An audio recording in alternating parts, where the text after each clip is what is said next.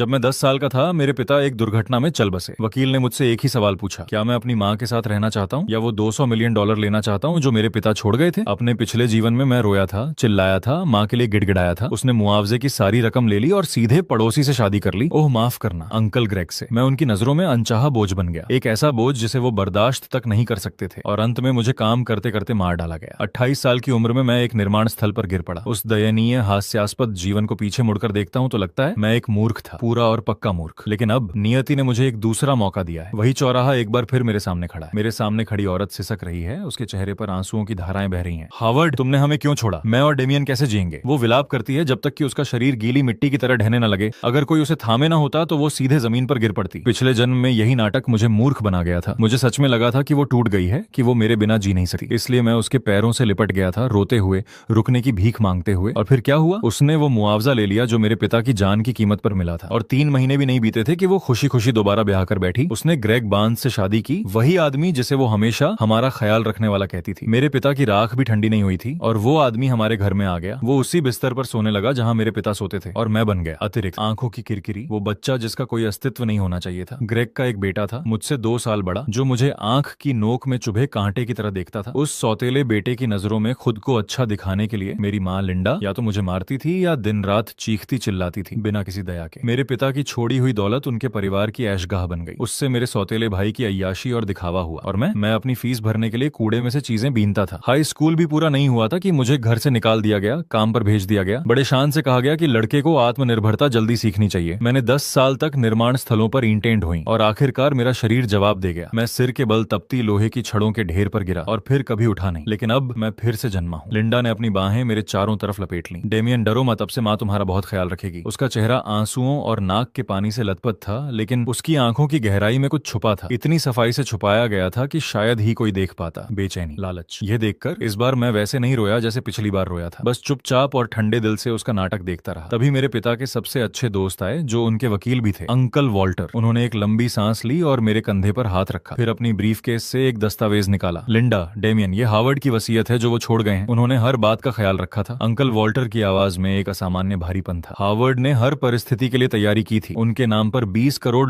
की संपत्ति है जो कानूनी रूप से प्रमाणित है। अब 2 विकल्प हैं। पहला जना, डेमियन तुम्हारे साथ रहे, मुआवजे और बाल सहायता के रूप में पैसा तुम्हारी निगरानी में रहेगा जब तक डेमियन बालिग न हो जाए। यह सुनते ही लिंडा की सांसें तेज हो गईं। उसकी आंखों से एक भयावह चमक फूट पड़ी। उसकी नजरें वसीयत पर जम गईं, जैसे कोई बाज अपने शिकार पर नजर गड़ाए हो। दूसरा, अगर डेमियन तुम्हारे साथ न रहने का फैसला करे तो पैसा मेरी निगरानी में एक ट्रस्ट फंड में जाएगा। डेमियन ही उसका एकमात्र मालिक होगा और तुम्हें, लिंडा, कुछ नहीं मिलेगा। हवा जैसे वहीं जम गई। कमरे में मौजूद हर जोड़ी आंखें मुझ पर आ टिकी, एक 10 साल के बच्चे पर। लिंडा का शरीर एकदम अकड़ गया। उसने वॉल्टर को ऐसे घूरा जैसे कह रही हो, तुम्हारी हिम्मत कैसे हुई ऐसा विकल्प देने की। फिर वो तुरंत वापस अपने दुखी माँ के नाटक में लौट गई। उसने मुझे जोर से अपने सीने से लगा लिया। वॉल्टर, तुम ये कैसे कह सकते हो? मैं अपना बेटा कैसे छोड़ सकती हूँ? डेमियन मेरी पूरी जिंदगी है। वो चिल्लाती रही और चिल्लाते चिल्लाते उसने मेरी बांह को जोर से चुटकी काटी। उसने मेरे कान में जहर घोला, धीमी और क्रूर आवाज में फुसफुसाया, डेमियन, एक भी गलत शब्द बोला तो मैं तुझे मार डालूंगी। तू मेरा बेटा है, तेरा पैसा मेरा पैसा है। पिछले जन्म में इन शब्दों से मैं थर थर कांप उठता था, और उसका माँ तेरे बिना नहीं जी सकती सुनकर मेरा दिल पिघल जाता था। लेकिन अब बस मतली की लहरें उठ रही हैं। मैं महसूस कर सकता हूँ कि चुटकी काटती उसकी उंगलियां कांप रही हैं, दुख से नहीं बल्कि उत्तेजना से, तनाव से। $20 करोड़,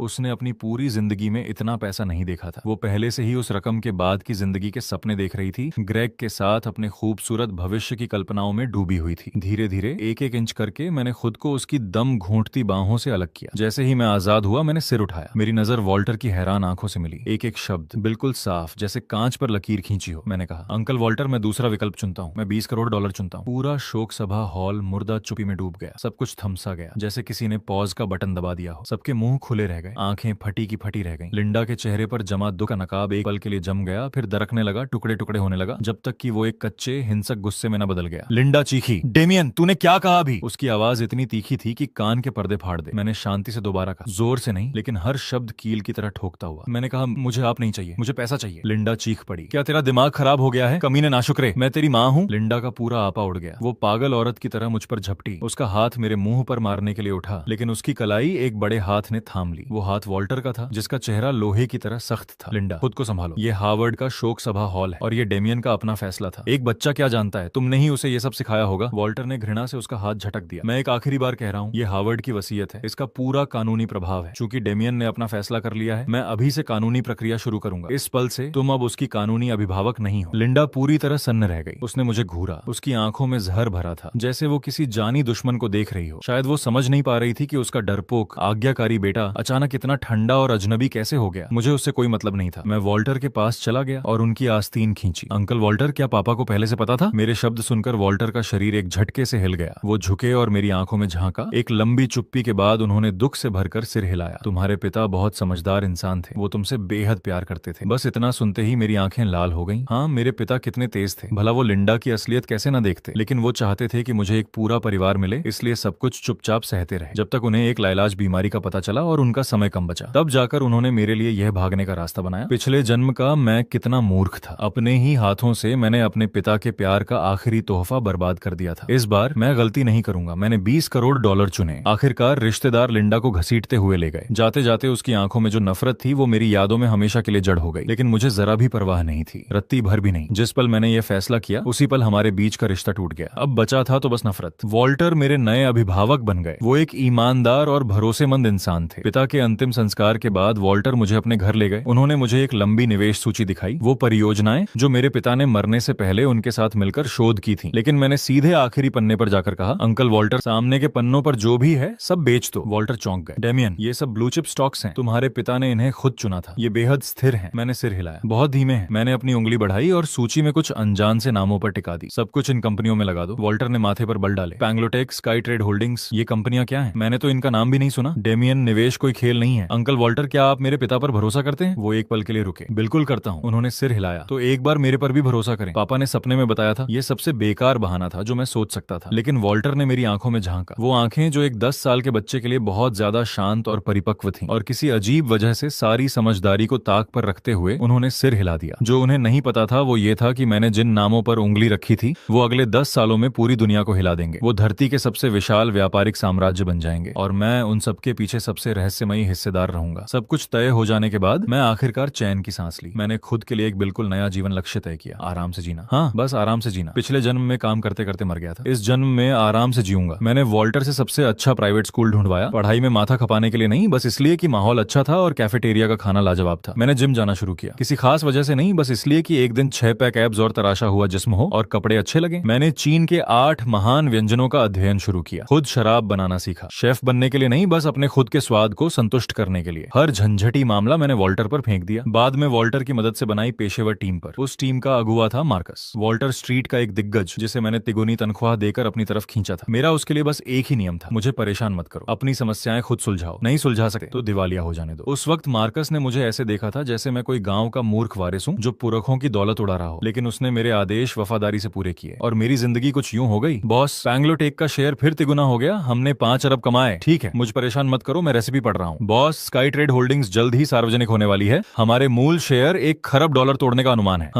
ठीक है, अब आओ और देखो ये चावल की शराब का नया बैच जो मैंने बनाया है। बॉस, वो जमीन जो आपने पिछली बार यूं ही खरीद ली थी, सरकार उसे नया केंद्रीय व्यापार जिला बना रही है। उसकी कीमत 100 गुना बढ़ गई। धीरे धीरे मार्कस मेरे आलसी अंदाज का आदी हो गया। वो मेरे लिए अरब डॉलर के छोटे मोटे सौदों को खुद ही छांट कर अलग करने लगा और मैं आराम की राह पर और आगे बढ़ता चला गया। मेरे नाम पर दौलत हिमपात की तरह बढ़ती रही, लेकिन मैं उन संख्याओं के प्रति बेसुध था। मुझे बस इस बात में दिलचस्पी थी कि अपनी जिंदगी को और आरामदेह कैसे बनाऊं। मैं अरब पतियों के शीर्ष हलकों में एक रहस्यमयी किंवदंती बन गया। कोई नहीं जानता था मैं कौन हूं। बस इतना पता था कि कोई रहस्यमयी मिस्टर वैंस है, देशों से भी अमीर, एक ऐसा भूत जिसे कोई कभी देखता नहीं। यह सिलसिला चलता रहा जब तक कि मेरे 18 साल के होने के वर्ष में एक औरत नहीं आई जिसने मेरी शांत और सुकून भरी जिंदगी को तहस नहस कर दिया। विवियन सिंक्लेयर, मेरी पूर्व मंगेतर। विवियन सिंक्लेयर के साथ मेरी सगाई एक बचपन का इंतजाम था। हमारे दादाओं ने तय किया था। मेरे पिता की मृत्यु के बाद हमारा परिवार बर्बाद हो गया था और किसी ने उस सगाई का जिक्र तक नहीं किया। लेकिन किसी को क्या पता था कि पिता की छोड़ी हुई दौलत 10 सालों में खमीर उठाकर एक विशाल व्यापारिक साम्राज्य बन जाएगी। जानबूझकर कम प्रोफाइल रखने के बावजूद वैंस परिवार की सत्ता में वापसी ने सिंक्लेयर परिवार का ध्यान खींच लिया। तो मेरे 18वें जन्मदिन के दिन बुजुर्ग मिस्टर सिंक्लेयर खुद अपनी प्यारी पोती को लेकर मेरे दरवाजे पर आ गए। बहाना था पुरानी सगाई को सम्मान देने का। पहली बार जब मैंने विवियन सिंक्लेयर को देखा, वो वॉल्टर के बैठक कक्ष में थी। उसने एक सिले सिलाए सफेद सूट ड्रेस पहनी थी। उसके लंबे बाल बिना किसी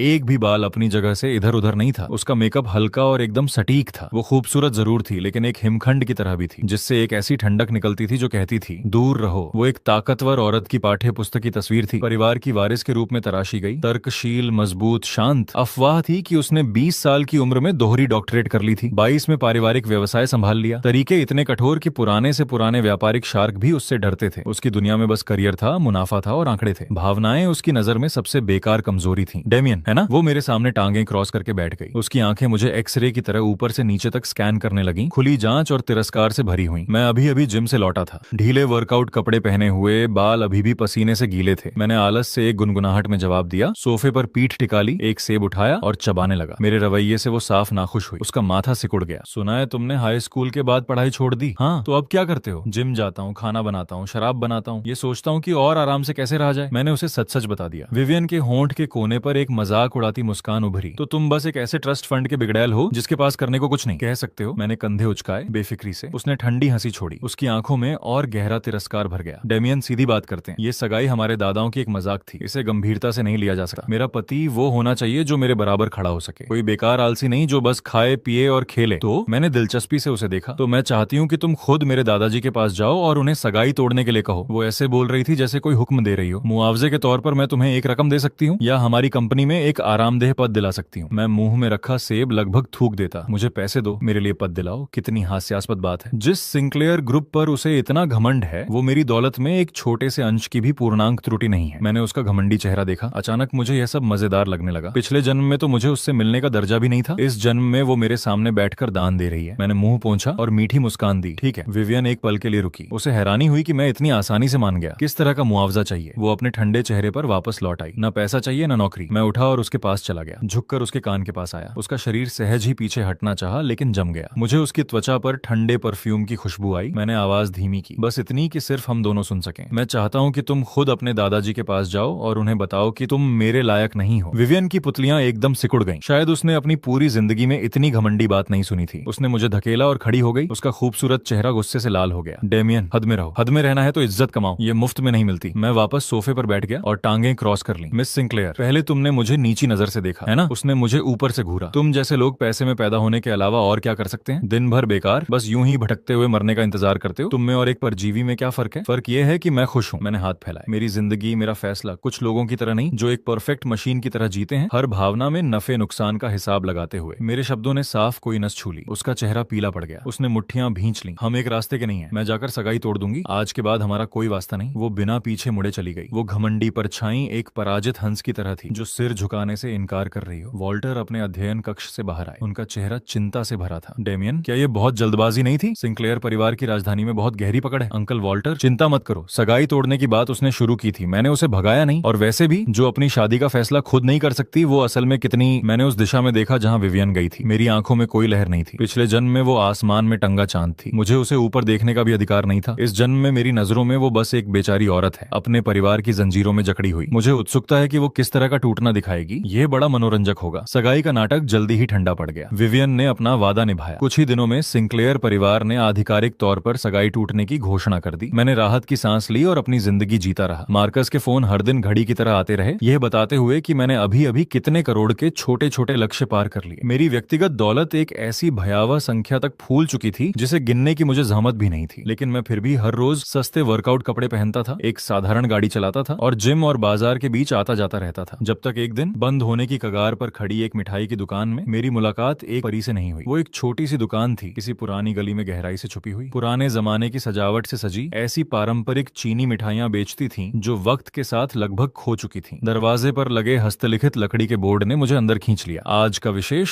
ऑस्मैंथस चेस्टनट केक। यही वो मिठाई थी जो मेरे पिता मेरे लिए बचपन में बनाया करते थे। मैंने दरवाजा धकेला। एक विंड चाइम खनखनाई। रसोई से हल्के हरे रंग की पोशाक पहने एक लड़की निकली। उसके लंबे बाल कमर तक झूल रहे थे। उसका चेहरा बिल्कुल साफ था, कोई मेकअप नहीं। उसके चेहरे पर एक पल के लिए चौंकी हुई उलझन की लकीर उभरी। जिस पल मैंने उसे देखा मेरा दिल एक धड़कन चूक गया। ये एक अजीब अद्भुत एहसास था। वो विवियन की तरह तीखी और दबंग नहीं थी। वो एक साफ झरने के पानी की तरह थी, शुद्ध, स्वच्छ। एक बार देखो और मन शांत हो जाए। क्या अभी भी ऑस्मैंथस चेस्टनट केक बचा है? मेरी आवाज थोड़ी सूखी निकली। लड़की ने पलकें झपकाई, फिर एक कोमल मुस्कान बिखेर दी, जैसे झील पर बसंत की हवा चली हो, लहरें फैलती चली जाएं। हाँ बैठिए, मैं अभी लाती हूँ। उसकी आवाज भी सुंदर थी, मुलायम और मीठी। मैं खिड़की के पास एक कुर्सी पर बैठ गया। थोड़ी देर बाद वो एक नाजुक सी थाली में मिठाइयां लेकर आई और मेरे सामने रख दी। चेस्टनट केक बेर के फूलों के आकार में बने थे, ऊपर से चमकदार ऑस्मैंथस चीनी से सजे हुए। मीठी खुशबू अप्रतिरोध्य थी। मैंने एक उठाया और मुंह में रखा। यही स्वाद था, बिल्कुल वैसा ही जैसा पिता बनाते थे। मेरी छाती की गहराई से एक गर्म लहर उठी। बिना किसी चेतावनी के मेरी आंखें धुंधला गईं। कैसा लगा? अच्छा है? लड़की सामने बैठ गई, थोड़ी खाली हाथों पर टिकाए उम्मीद भरी आंखों से मुझे देखती हुई। बहुत अच्छा है, मैंने सच्चाई से कहा। बिल्कुल वैसा ही जैसा मेरे पिता बनाते थे। सच में? उसकी आंखें चमक उठी। ये नुस्खा मेरी दादी से मिला है। उन्होंने बताया था कि अब बहुत कम लोगों को यह बनाना आता है। तुम्हारी दादी जरूर बहुत कमाल की रही होंगी। उसने गर्व से सीना फुलाया। थी ही। मैं लिली हूँ, ये दुकान मेरी है, और आप? मैं डेमियन हूँ। हम ऐसे बात करने लगे जैसे सालों के पुराने दोस्त हों। मुझे पता चला कि उसकी पारिवारिक जड़ें बहुत गहरी थीं। उसके पूर्वज शाही रसोइये थे, इसीलिए बचपन से ही इन पारंपरिक कलाओं में उसकी परवरिश हुई थी। 9 से 5 की दफ्तरी जिंदगी उसे पसंद नहीं थी, इसीलिए उसने ये छोटी सी दुकान खोली, बस इन खूबसूरत स्वादों को जिंदा रखने के लिए। बातों में मुझे पता चला कि उसके मूल्य मेरे मूल्यों से हैरान करने वाली हद तक मिलते थे। हम दोनों को धीमी और सुकून भरी जिंदगी पसंद थी। दोनों पारंपरिक संस्कृति के प्रति लगभग जिद्दी हद तक प्रेम रखते थे। उस दोपहर मैं उस छोटी सी मिठाई की दुकान में बैठकर उससे घंटों बात करता रहा। धूप खिड़की से अंदर आ रही थी और उस पर पड़ रही थी। उसे सुनहरी रोशनी की एक परत में नहला रही थी। मैं देखता रहा। उसकी आंखों की चमक, जब वो बात करती थी, वो छोटी छोटी मुस्कानें जो बिना उसे एहसास हुए उसके होंठों पर आ जाती थी। मेरे अंदर कहीं कुछ भरता जा रहा था। अचानक मुझे महसूस हुआ वो पुराना कठोर दिल मेरा, जो पुनर्जन्म की उम्र से सख्त हो चुका था, फिर से नरम होने लगा था। उस दिन के बाद से लिली की मिठाई की दुकान मेरा नया ठिकाना बन गई। मैं हर एक दिन जाता था बिना नागा, कभी उसकी नई बनाई मिठाई के लिए, कभी उसके हाथ से बनाई चाय के लिए, और ज्यादातर वक्त बस चुपचाप वहां बैठकर उसे काम करते देखने के लिए। वो व्यस्त रहती थी क्योंकि दुकान वो अकेले चलाती थी। तैयारी, खाना बनाना, ग्राहकों को परोसना, सफाई करना, सब कुछ वो खुद करती थी, लेकिन कभी शिकायत नहीं की। उसके चेहरे पर हमेशा एक संतुष्ट मुस्कान रहती थी। मैंने उसकी मदद करनी शुरू की, पहले बर्तन धोने से, फिर सब्जियां तैयार करने से। आखिरकार उसने मुझे अपनी रसोई में मिठाइयां बनाते देखने की भी इजाजत दे दी। उसकी रसोई छोटी थी लेकिन बेदाग सजी हुई, हर बर्तन अपनी तय जगह पर करीने से रखा हुआ। वो पूरे ध्यान से काम करती थी, जैसे कोई समर्पित कलाकार। उन नाजुक हाथों को साधारण सामग्री से छोटी छोटी उत्कृष्ट कृतियां बनाते देखना एक तरह का आनंद था। एक दिन मैं उसके लिए आटे की भारी बोरी उठाकर ला रहा था। मैं अभी अभी वर्कआउट करके आया था, इसलिए बस एक टाइट एथलेटिक टैंक टॉप पहने हुए था। लिली मेरे पीछे खड़ी थी, खिंचते हुए मेरी मांसपेशियों को देख रही थी। उसके गाल गुलाबी हो गए। डेमियन, तुम्हारी बॉडी कितनी अच्छी है। मैंने बोरी नीचे रखी और मुड़ा, जानबूझकर सीना फुलाया। छूकर देखना चाहती हो? मुझे उम्मीद थी कि वो शर्माकर भाग जाएगी। इसके बजाय उसने सच में हाथ बढ़ा दिया। ठंडी उंगलियां चावल की हल्की मीठी खुशबू लिए हुए धीरे से मेरे एब्स की लकीरों पर टिक गईं। वाह, इतने सख्त हैं। उसने ऐसे हांफते हुए कहा जैसे उसने कोई नई दुनिया खोज ली हो। आंखें बिल्कुल गोल हो गई थीं। मेरा पूरा शरीर एक पल में तन गया। पेट से सिर तक गर्मी की एक लहर दौड़ गई। 2 जन्म जी लिए, और पहली बार किसी लड़की ने मुझे इस तरह छेड़ा था। उसका वो मासूम जिज्ञासु चेहरा देखकर मुझे समझ नहीं आया, हंसूं या रोऊं। मैंने उसकी शरारती हथेली पकड़ ली। उसका हाथ इतना मुलायम था जैसे उसमें हड्डियां ही ना हो। मैंने आवाज धीमी की और उसके कान के पास झुका। उसका चेहरा एक पल में लाल हो गया जैसे पका हुआ सेब। उसने झटके से हाथ खींचा, मुड़ी और रसोई से भाग गई। मैं उसकी भागती हुई पीठ देखता रहा, हंसी रोक नहीं पाया। ये लड़की बस बहुत ही प्यारी है। हमारा रिश्ता हर दिन थोड़ा और गर्म होता गया। बातें करने के लिए हमारे पास कभी कमी नहीं थी। खाना, शराब, ओपेरा। मुझे पता चला कि वो एक खजाना थी, हमेशा कुछ नया चौंकाती रहती थी। वो चीनी वीणा बजाती थी, स्याही की पेंटिंग बनाती थी, यहाँ तक कि अपना खुद का रूज भी बनाती थी। वो जैसे पुराने जमाने से सीधी चलकर आई कोई कुलीन महिला थी, सिर से पैर तक शास्त्रीय सौंदर्य से दमकती हुई। जब मैं उसके साथ होता था, पूरी दुनिया धीमी हो जाती थी, शांत और सुंदर हो जाती थी। मेरा वो दिल जो बस आराम से जीना चाहता था, हिलने लगा था। मैं हर रोज उससे मिलने का इंतजार करने लगा। उसकी मुस्कान का इंतजार, उससे नोकझोंक का इंतजार, उन छोटी छोटी बेख्याल हरकतों का इंतजार जो वो बिना जाने करती थी। मैं यहाँ तक सोचने लगा कि अगर आज के बाद की हर रोज वो मेरे पास होती तो शायद ये बुरा नहीं होता। मैंने उसकी दुकान को एक निजी उपनाम दिया, शाही रसोई, और उसने मुझे एक उपनाम दिया, आलसी जमींदार। उसने कहा कि मैं दिन भर कुछ नहीं करता, बस किराया वसूलने आ जाता हूँ और उसकी सबसे अच्छी मिठाइयां हड़प जाता हूँ। मुझे पता था कि अब हमारे बीच बस एक पतली सी कागज की दीवार बची थी, और उस दीवार को तोड़ा एक हादसे ने। उस दिन एक बिगड़ा हुआ अमीर लड़का स्पोर्ट्स कार में आया। उसने एक नजर लिली पर डाली और फैसला कर लिया कि वो उसे चाहता है। चिकने बाल, चिकनाई भरा चेहरा, गंदी जबान। उसने मौके पर ही पूरी दुकान खरीदने और लिली को अपने साथ बिठाने की मांग की। लिली ने मना कर दिया। लड़का आग बबूला हो गया। उसने दुकान तोड़फोड़ शुरू कर दी, बहुत कुछ तोड़ दिया। मैं पिछली रसोई में एक नई रेसिपी पर काम कर रहा था। बाहर का शोर सुनकर मैं तुरंत दौड़ा। दुकान खंडहर जैसी दिख रही थी। लिली का छोटा सा चेहरा डर से सफेद पड़ गया था। मेरे अंदर एक गुस्सा भड़क उठा। 2 पूरे जन्मों में मैं इतना गुस्सा कभी नहीं हुआ था। मैं लिली के सामने आ गया, ठंडी आंखें उस गुंडे पर आंखें टिकाए हुए। निकल जाओ। तू है कौन बीच में टांग अड़ाने वाला? गुंडे ने अपनी उंगली मेरे चेहरे की तरफ उठाई। मैंने एक भी शब्द नहीं कहा, बस अपना फोन निकाला और मार्कस को कॉल किया। मार्कस, एक गाड़ी का नंबर चाहिए, 5 मिनट में इसके और इसके परिवार की कंपनी को राजधानी के नक्शे से मिटा दो। गुंडा एक पल के लिए जम गया, फिर जोर से हंसने लगा। तू मुझे मार रहा है? तुझे लगता है ये कोई फिल्म है? 5 मिनट में मेरा परिवार गायब कर देगा? जानता है मेरे पिता कौन है? मैंने बस उसे चुपचाप देखा, जैसे एक मुर्दे को देख रहा हो। 3 मिनट भी नहीं बीते थे कि उसका फोन बज उठा। उसने उठाया, उसके चेहरे पर जमी मुस्कान एक पल में जम गई। क्या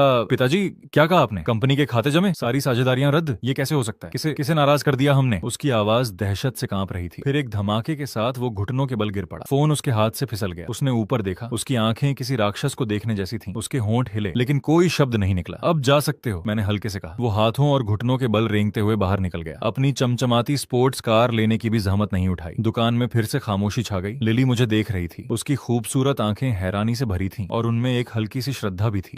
तुम मैं मुड़ा। मेरा दिल दर्द से भर गया। मैंने उसके चेहरे से आंसू पोंछे। डरो मत, मैं हूं यहाँ। उसके कुछ कहने का इंतजार किए बिना मैंने सिर झुकाया और उसके ठंडे होंठों को चूम लिया। उसके होंठ बिल्कुल वैसे ही मुलायम थे जैसा मैंने सोचा था, ऑस्मेंस चीनी की हल्की मिठास लिए हुए। पहले वो जम गई जैसे कोई चौंकी हुई हिरनी, फिर धीरे धीरे ढीली पड़ी और अनाड़ीपन से उसने मुझे वापस चूमा। वो चुंबन हल्का था, कोमल था, लेकिन मेरे दिल पर बिजली की तरह गिरा। एक लंबे पल के बाद मैंने अनमने मन से उसे जाने दिया। उसने सिर झुका लिया। उसका चेहरा इतना लाल था, टमाटर से भी ज्यादा। वो मेरी तरफ देखने की हिम्मत नहीं जुटा पा रही थी। लिली, मैंने उसका चेहरा अपनी हथेलियों में लिया और उसे अपनी आंखों से मिलाया। पूरी गंभीरता से बोला, क्या तुम मेरी गर्लफ्रेंड बनोगी? उसने होंठ दबाए। उसकी लंबी पलकें तितली के पंखों की तरह फड़फड़ाई। एक लंबे पल के बाद उसने एक छोटी सी हम्मा कही, मच्छर की आवाज जितनी धीमी। मैं मुस्कुराया, बेवकूफों की तरह। मैंने उसे कसकर अपनी बाहों में भींच लिया। लगा जैसे पूरी दुनिया मेरे पास है। 2 जन्मों में ये पहली बार था जब मुझे पता चला कि प्यार में पड़ना क्या होता है, खुश होना क्या होता है। वो मेरी छाती से लगकर बड़बड़ाई, तुम अभी बहुत डरावने लग रहे थे। एक फोन और पूरी कंपनी बर्बाद। डेमियन, तुम सच में हो कौन? मैंने उसकी साफ मासूम आंखों में देखा। मुझे पता था अब उससे छुपाना मुश्किल था। मैंने बताया था ना, मैंने उसकी नाक पर टपली मारी। मैं एक आलसी जमींदार हूँ, बस जमीन थोड़ी ज्यादा है। मैंने उसे अपनी कहानी बताई, सोच समझकर चुने हुए हिस्से। पुनर्जन्म वाली बात नहीं बताई। बस ये कहा कि पिता एक बड़ी विरासत छोड़ गए थे, मैंने कुछ निवेश किए और थोड़े पैसे कमाए। लिली ने पलकें झपकाई। थोड़े पैसों से 5 मिनट में कंपनी दिवालिया हो जाती है, ये थोड़े कितने हैं? मैंने एक पल सोचा, फिर उसे ऐसे समझाया जो उसकी समझ में आए। चलो ऐसे समझो, मैं शायद तुम्हारी ऐसी हजारों दुकानें खरीद सकता हूँ। लिली ने तेज सांस खींची। वो देर तक उंगलियों पर गिनती करती रही, फिर उसने ऊपर देखा, पूरी तरह सन्ना। तुम खरबपति हो? मैंने सिर हिलाया। वो चुप हो गई। मेरा दिल डगमगाया। मुझे डर था कि हमारी दुनियाओं के बीच की विशाल खाई की वजह से वो पीछे हट जाएगी, लेकिन एक लंबी चुप्पी के बाद उसने अचानक सिर उठाया। गंभीर चेहरे से बोली, डेमियन ध्यान से सुनो, आज के बाद तुम्हारा पैसा मेरा पैसा है और मेरा पैसा अभी भी मेरा पैसा है। मैं एक पल के लिए रुका, फिर जोर से हंस पड़ा। मैंने उसे उठाया और गोल गोल घुमाने लगा। जो हुक्म। मेरी शाही रसोई की मालकिन। वो घूमने से चक्कर खा रही थी, बस मेरी गर्दन पकड़ सकती थी, चांदी की घंटियों जैसा हंसती हुई। मुझे पता था मैंने गलत नहीं चुना। लिली मुझसे मेरी वजह से प्यार करती थी, उस चमक दमक की वजह से नहीं जो मेरे साथ आती थी। लिली के साथ होने के बाद मेरी आरामदेह जिंदगी रंगों से भर गई। हम साथ मिलकर नई मिठाइयां बनाते, साथ नई शराब बनाते। वो मुझे खींचकर सुबह के बाजारों में दुकानदारों से एक एक पैसे पर बहस करती जब तक उसका चेहरा लाल ना हो जाए। मैं उसे मिशेलिन 3 स्टार रेस्तरां ले जाता ताकि वो दुनिया भर के स्वाद छक सके। उसे मेरे एब्स छूना बहुत पसंद था। कहती थी बहुत अच्छे लगते हैं, जैसे कपड़े धोने का पटा। मुझे उसकी आंखों का वो भाव पसंद था जब वो भावुक हो जाती थी, और उसके गालों को शर्म से गुलाबी होते देखना भी अच्छा लगता था। हम मीठे और चिपकू थे, जैसे प्यार में डूबे कोई भी जोड़े होते हैं। मार्कस कहता था कि वो हर रोज की इस लव डिस्प्ले से मर जाएगा। बॉस, ये यूनिवर्सल होल्डिंग्स का अधिग्रहण सौदा है, आपको साइन करना है। वहीं रख दो, पहले लिली के लिए रॉक शुगर नाशपाती का सूप बना रहा हूँ। बॉस, यूरोपीय राजघराने से डिनर का निमंत्रण है, मना कर दो। लिली को फिल्म दिखाने ले जाना है। बॉस, सितारे सिंक्लेयर ग्रुप की मिस सिंक्लेयर मिलना चाहती हैं, एक सौदे पर बात करनी है। जब मार्कस ने मिस सिंक्लेयर कहा, उसने सावधानी से मेरी तरफ एक नजर डाली। मेरा हाथ एक पल के लिए रुक गया। विवियन सिंक्लेयर, ये नाम बहुत दिनों से नहीं सुना था। उसे मुझसे क्या काम है? मैंने हल्के से पूछा। मार्कस ने समझाया, सिंक्लेयर ग्रुप को नकदी की तंगी हो रही है, उन्हें तुरंत एक बड़े निवेश की जरूरत है। उन्होंने वैंस कैपिटल के बारे में सुना है और हमसे साझेदारी मांगना चाहते हैं। वैंस कैपिटल वो निवेश फर्म थी जो मैंने मार्कस से बनवाई थी, मेरे विशाल व्यापारिक साम्राज्य का सबसे छोटा, सबसे अनदेखा कोना। लेकिन वो छोटा कोना भी एक ऐसा दैत्य था जिसे सिंक्लेयर ग्रुप को ऊपर देखना पड़ता था। समय ने कितना पलटा खाया था। वो घमंडी बर्फीली रानी सीईओ जिसने कभी कहा था कि मैं उसके लायक नहीं, अब मुझसे निवेश की भीख मांगने आ रही थी। मेरे होंठ के कोने पर एक मनोरंजित मुस्कान उभरी। उससे कह दो बात करनी है तो मेरी शाही रसोई में खुद आए। शाही रसोई? मिठाई की दुकान? मार्कस उलझे हुए चेहरे से देखने लगा। उससे कह दो प्रस्ताव लेकर आए। देखना चाहता हूँ कितनी गंभीर है। मैं सच में देखना चाहता था कि जब विवियन मुझे लिली के साथ देखेगी, जब वो देखेगी कि जिस बेकार आलसी को उसने कभी तुच्छ समझा था वो अब ऐसा इंसान बन गया है जिसे उसे ऊपर देखना पड़े, तब उसके चेहरे पर क्या भाव होगा। मैं उत्साहित होता जा रहा था। जब विवियन आई, मैं पिछली रसोई में लिली की पसंदीदा केकड़े की रो वाली सूप डंपलिंग बना रहा था। मैंने सफेद शेफ की कोट पहनी थी, कमर पर एप्रन बंधा था, हाथों पर अभी भी आटे की धूल थी। लिली बिल्ली के बच्चे की तरह पीछे से मेरी कमर से लिपटी हुई थी। उसकी ठोड़ी मेरे कंधे पर टिकी थी। वो अभी अभी भाप में पकाई केकड़े की रो के टुकड़े चुराते हुए मुझे हुक्म दे रही थी। ये सिलवटें बदसूरत हैं, दोबारा करो। अरे सूप बाहर निकल जाएगा बेवकूफ। ये वाला ठीक है, मैं रसोई की प्रमुख की मंजूरी देती हूँ। मैं उसे करने देता रहा, बीच बीच में मुड़कर उसके गाल चूम लेता। रसोई खाने की खुशबू और हमारे बीच की मिठास से भरी हुई थी। ठीक इसी पल विवियन ने दरवाजा धकेला। आज उसने काली बिजनेस सूट पहनी थी, बाल अभी भी ऊपर बंधे हुए, एक भी लट इधर उधर नहीं। चेहरे पर थकान और बेचैनी थी, लेकिन वो अभी भी अपनी बर्फीली रानी सीईओ की छवि बनाए रखने की पूरी कोशिश कर रही थी। जब उसने सामने का दृश्य देखा, उसका पूरा शरीर पत्थर हो गया। उसने सपने में भी नहीं सोचा होगा कि वो रहस्यमयी, अछूता, सर्वशक्तिमान बॉस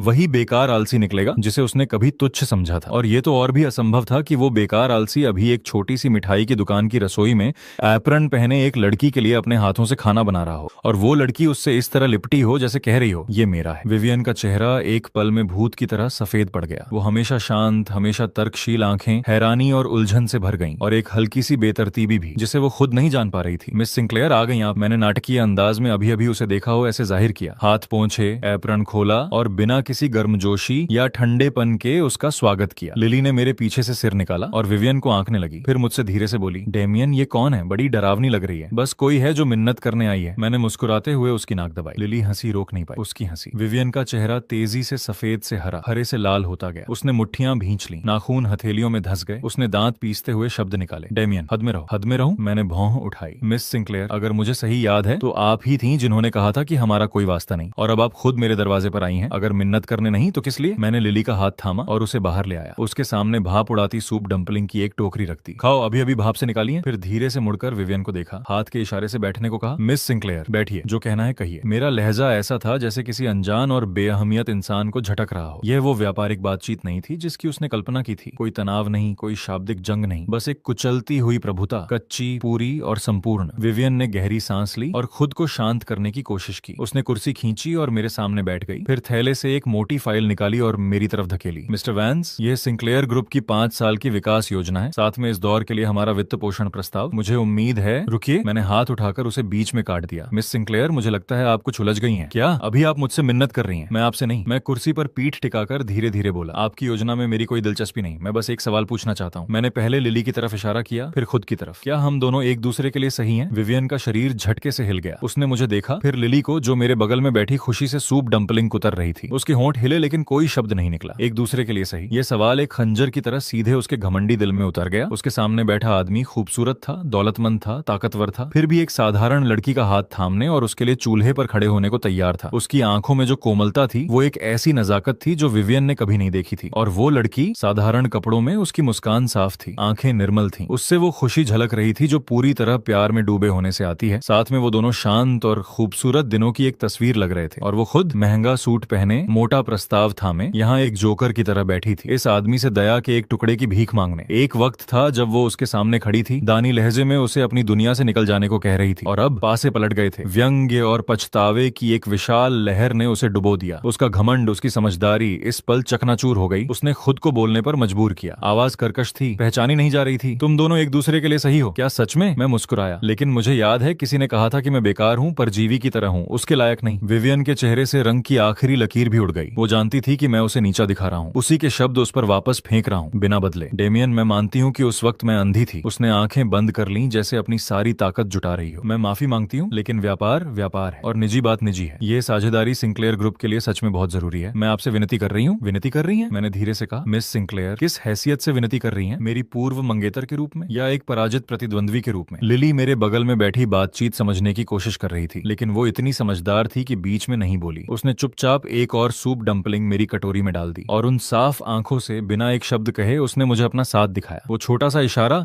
जिसने विवियन की आखिरी दीवार को पूरी तरह तोड़ दिया। उसने हमारे बीच की वो बेशब्द समझ देखी, वो अंतरंगता जो हमारी हड्डियों में घुली हुई थी, ये निकटता जो सांस लेने जितनी स्वाभाविक लगती है, कुछ ऐसा जो उसे कभी नसीब नहीं होगा। उसने हमेशा सोचा था कि वह अपने करियर की छोटी का पीछा कर रही है, सबसे ऊंची शक्ति की, लेकिन आज तक उसे एहसास नहीं हुआ था कि जब वह शीर्ष पर खड़ी होकर दुनिया को नीचे देखती है तो उसका दिल कितना खाली और ठंडा है। उसने सारी दुनिया जीत ली, लेकिन वह एकमात्र इंसान को खो दिया जो उसे गर्म रख सकता था। डेमियन, वह फिर बोलती है। उसकी आवाज में अब एक हिचकी है। मैं तुमसे विनती कर रही हूँ, कृपया। वह रो रही है। हमेशा अलग रहने वाली बर्फ जैसी ठंडी विवियन सिंक्लेयर सच में रो रही है। आंसू उसके बेदाग गालों पर फिसलते हुए उस प्रस्ताव पर टपक रहे हैं जिस पर उसे इतना गर्व था, गीले धब्बे फैलाते हुए। मैं उसे चुपचाप देखता हूँ, बिना किसी संतोष के, केवल पूर्ण उदासीनता के साथ। पिछले जन्म में शायद मैं उसके आंसुओं से पिघल जाता, अब नहीं। मैं प्रस्ताव उठाता हूँ, उसकी तरफ देखे बिना भी। मैं उसे सीधे अपने बगल वाले कूड़ेदान में फेंक देता हूँ। मिस सिंक्लेयर, मैं खड़ा होता हूँ। मैं उसे ऊपर से नीचे देखता हूँ। मुझे दिवालिया होने वाली कंपनी खरीदने में कोई दिलचस्पी नहीं है, खासकर तब जब उस कंपनी की मालकिन आप हो। फिर मैं उसकी तरफ और नहीं देखता। मैं लिली का हाथ थामकर रसोई में वापस चला जाता हूँ। मेरे पीछे विवियन की बेकाबू टूटती हुई सिसकियां आती हैं। मुझे पता है कि आज से इस औरत का घमंड मेरे हाथों तले कुचल दिया गया है, लेकिन यह तो बस शुरुआत है। विवियन अर्धमूर्छित अवस्था में चली जाती है। मैं यह जानने की परवाह नहीं करता कि उसके साथ क्या होता है, क्योंकि एक और घिनौना इंसान दरवाजा खटखटाता है। लिंडा कार्टर, मेरी सगी माँ। उसे किसी तरह लिली की मिठाई की दुकान का पता चल जाता है और वह सीधे दरवाजे पर आ धमकती है। 10 साल बीत चुके हैं और वह बूढ़ी हो गई है, बहुत ज्यादा, और दुबली पतली हो गई है। जो औरत कभी फिर भी आकर्षक थी, उसकी आंखों के आसपास अब झुर्रियां पसर चुकी हैं।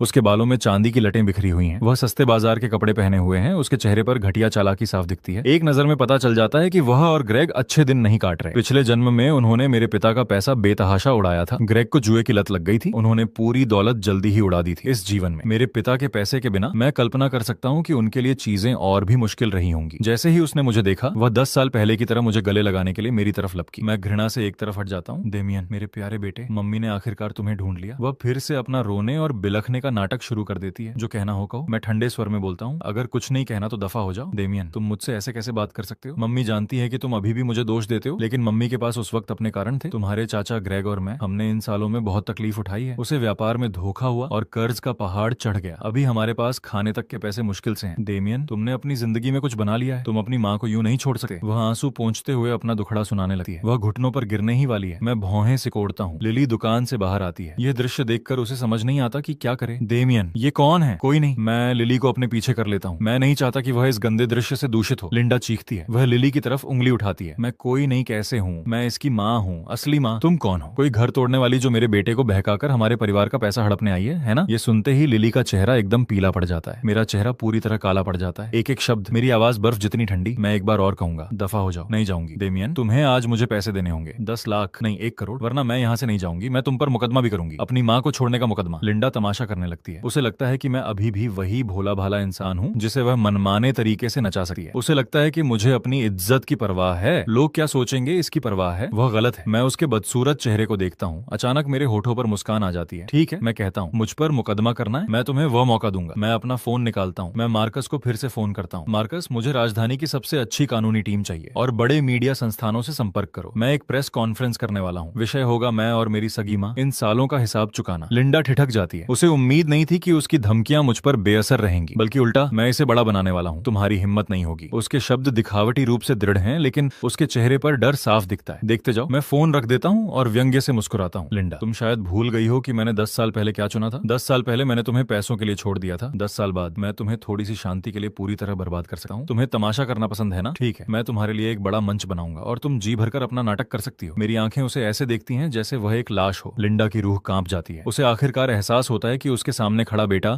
अब वह इंसान नहीं रहा जिसे वह काबू कर सके। यह एक शैतान है, एक ऐसा शैतान जो उससे भी कहीं ज्यादा ठंडा और निर्मम है। वह मेरी तरफ उंगली उठाती है। काफी देर तक कुछ कहने की कोशिश करती रहती है। आखिरकार इस भारी दबाव को सहन न कर पाते हुए वह शर्म के मारे भाग खड़ी होती है। दुनिया फिर से शांत हो जाती है। डेमियन, लिली मेरा हाथ थाम लेती है चिंतित होकर। क्या वह सच में तुम्हारी माँ थी? मैं अपना हाथ पलटकर उसकी उंगलियां थाम लेता हूँ। उसे होठों तक उठाकर चूम लेता हूँ। अब नहीं, आज से मेरा एकमात्र परिवार तुम हो। लिली मुझे देखती है। उसकी आंखों में कोमलता के आंसू चमकते हैं। वह कुछ और नहीं पूछती। वह पंजों के बल उठकर मुझे गर्मजोशी से गले लगा लेती है। डरो मत, अब तुम्हारे पास मैं हूँ। मैं उसे थामे रहता हूँ और मुझे महसूस होता है कि वह परछाइयां जो पिछले जन्म ने मेरे दिल में छोड़ी थी, धीरे धीरे उसकी धूप से दूर भागती जा रही हैं। हाँ, मेरे पास अभी भी लिली है और यही काफी है। मुझे लगा था कि लिंडा को डराने के बाद वह पीछे हट जाएगी, लेकिन मैंने फिर भी उसकी बेशर्मी को कम आंका। कुछ दिन बाद इंटरनेट अचानक मेरे खिलाफ बदनाम करने वाले लेखों से भर जाता है। रहस्यमय अरबपति डेमियन वेंस का पर्दाफाश। बेरहम मौका परस्त निकला। अमीर घर में शादी करने के लिए अपनी सगी माँ को छोड़ा। चौंकाने वाला राज्य। सैकड़ों करोड़ की दौलत अपनी माँ का खून चूस कर बनाई। समर्पित माँ की आंसुओं भरी गुहार। मेरे बेटे को एक लालची बहकाने वाली ने चुरा लिया। एक के बाद एक लेख नकली आंसुओं से लथपथ मुझे एक नाशुक्रे, पैसों के लालची, सुंदरता से अंधे गद्दार के रूप में चित्रित करते हैं और लिंडा उस बेचारी माँ के रूप में उभरती है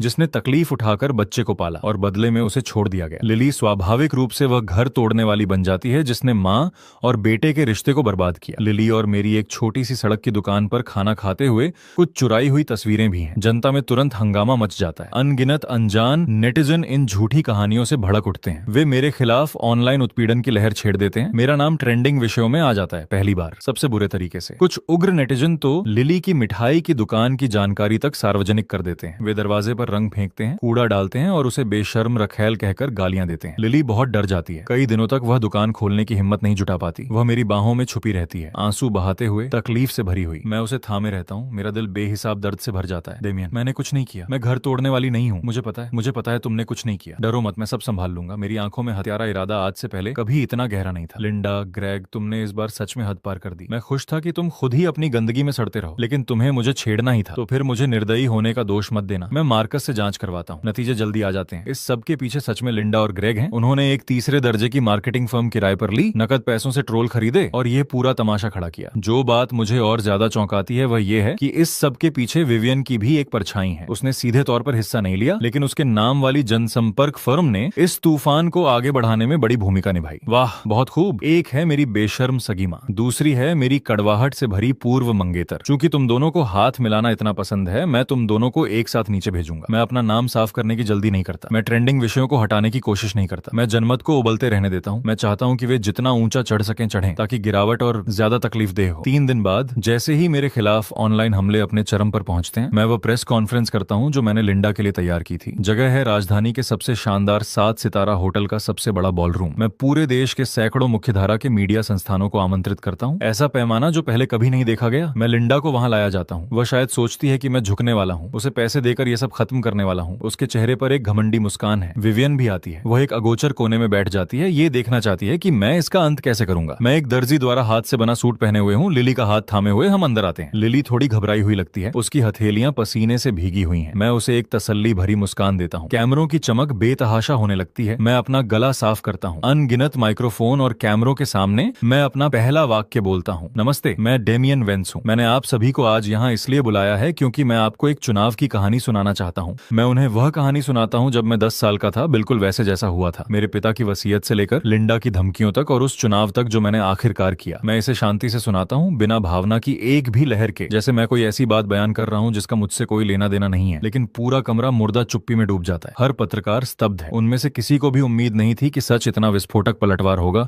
लिंडा का चेहरा तुरंत भूत जैसा सफेद पड़ जाता है। वह आगे बढ़कर बहस करने की कोशिश करती है, लेकिन मेरे लगाए हुए सुरक्षाकर्मी उसे कसकर थाम लेते हैं। बेशक केवल शब्दों से कुछ साबित नहीं होता। मैं अपनी उंगलियां चटखाता हूँ। मेरे पीछे की बड़ी स्क्रीन जगमगा उठती है। एक ऑडियो रिकॉर्डिंग चलने लगती है। ये 10 साल पहले अंतिम संस्कार हॉल में मेरे कान में लिंडा की धमकी है। एक गलत शब्द बोला तो मैं तुम्हें मार डालूंगी, तुम मेरे बेटे हो, तुम्हारा पैसा मेरा पैसा है। आवाज एकदम साफ है। मैंने वॉल्टर से वह रिकॉर्डर से निकलवाई जो वह हमेशा अपने पास रखते थे। मेरे पिता स्वभाव से शक्की थे। बस सावधानी के तौर पर वॉल्टर ने उस दिन की सभी बातचीत रिकॉर्ड कर ली थी। उन्होंने कभी नहीं सोचा था कि यह आज काम आएगी। रिकॉर्डिंग चलते ही कमरे में हलचल मच जाती है। हर कैमरे की चमक लिंडा की तरफ मुड़ जाती है, जिसका चेहरा अब राख के रंग का हो चुका है। लिंडा बेतहाशा चीखती है, ये नकली है, ये बनावटी है। मैं मुस्कुराता हूँ, नकली? तो क्या ये भी नकली है? स्क्रीन बदल जाती है। एक वीडियो चलने लगता है। मेरे पिता की मृत्यु के 1 महीने से भी कम समय बाद लिंडा और ग्रेग एक महंगे रेस्तरां में जश्न मनाते हुए गिलास उठा रहे हैं। लिंडा, मैंने तुमसे कहा था वह बच्चा बेवकूफ है, वह तुम्हें जरूर चुनेगा। वह मेरा जना हुआ बेटा है, मैं उसे तो जानती हूँ। एक बार जब हमें वह 20 करोड़ मिल जाएं, हम दुनिया घूमेंगे। आओ, हमारे खूबसूरत भविष्य के लिए गान बे। वीडियो में दोनों खिलखिलाकर हंस रहे हैं, तकलीफ देह रूप से चमकीले। ये फुटेज मैंने मार्कस से खास तरीकों का इस्तेमाल करके निकलवाई, रेस्तरां के सर्विलांस सिस्टम से। पक्का सबूत। लिंडा अब कुछ भी नकारने की स्थिति में नहीं है। वह कीचड़ के ढेर की तरह जमीन पर गिर जाती है। अभी खत्म नहीं हुआ, मैं ठंडे स्वर में कहता हूँ। स्क्रीन पर नए सबूत दिखते रहते हैं। ग्रेग के जुए के उधार के कागज, मेरी चीजें बेचने के रिकॉर्ड, पिता की संपत्ति बेचने के रिकॉर्ड, यहाँ तक कि पड़ोसियों की गवाही भी कि कैसे उन्होंने बचपन में मेरे साथ दुर्व्यवहार किया। एक एक करके टुकड़े टुकड़े, चौंकाने वाले और अकाट्य, तथाकथित समर्पित माँ, तथाकथित छुपी हुई तकलीफ के तथ्यों के सामने सबसे बड़ा मजाक बनकर रह जाती है। पूरी प्रेस कॉन्फ्रेंस लिंडा और ग्रेग का सार्वजनिक फांसी का मंच बन जाती है और शुरू से अंत तक मैं केवल एक शांत दर्शक हूँ। स्क्रीन एक दस्तावेज पर रुक जाती है। माँ और बेटे के रिश्ते को तोड़ने की घोषणा। मैं माइक्रोफोन उठाता हूँ। मैं डेमियन वेंस एतद द्वारा आधिकारिक रूप से घोषणा करता हूँ। मेरी आवाज पूरे कमरे में गूंजती है। आज से मैं सुश्री लिंडा कार्टर से अपने सभी संबंध तोड़ता हूँ। अब से बीमारी में और स्वास्थ्य में, विवाह में और मृत्यु में हमारा एक दूसरे से कोई लेना देना नहीं है। इसके अलावा मैं रुकता हूँ। मेरी नजर कोने में बैठी विवियन की तरफ जाती है। उन सभी व्यक्तियों और संगठनों के लिए जिन्होंने मेरे और मेरी मंगेतर सुश्री लिली के खिलाफ इस दुर्भावनापूर्ण बदनामी अभियान में हिस्सा लिया। मेरी कानूनी टीम पूरी कानूनी जवाबदेही तय करेगी। इसमें सिंक्लेयर ग्रुप के अंतर्गत आने वाली जनसंपर्क फर्म भी शामिल है। विवियन का शरीर एक झटके से कांप उठता है। वह सिर उठाकर मेरी बर्फीली नजरों से मिलती है। उसके चेहरे से रंग उड़ जाता है। वह जानती है कि यह मेरी युद्ध की घोषणा है। वह यह भी जानती है कि वह हार गई है, ऐसी हार जिसकी भरपाई नहीं हो सकती। उस रात प्रेस कॉन्फ्रेंस हर मीडिया संस्थान की पहली पंक्ति की सुर्खियां बन जाती हैं। जनमत पल भर में पलट जाता है। एक के बाद एक ट्रेंडिंग विषय प्लेटफॉर्म पर छा जाते हैं। लिंडा और ग्रेग सार्वजनिक रूप से घृणित बन जाते हैं। सब उनसे नफरत करते हैं। उन्हें न केवल नैतिक निंदा का सामना करना पड़ता है, बल्कि कानूनी परिणाम भी भुगतने पड़ते हैं। धोखाधड़ी, बाल शोषण, झूठे सबूत, इतना काफी है कि वे बाकी जीवन जेल में सड़ते रहें। सिंक्लेयर ग्रुप भी इसमें घिस जाता है। उनके शेयर की कीमत रातों रात 30% गिर जाती है। दिवालियेपन की कगार पर विवियन बेहाल हो जाती है। वह हर जगह मदद के लिए गिड़गिड़ाती है, लेकिन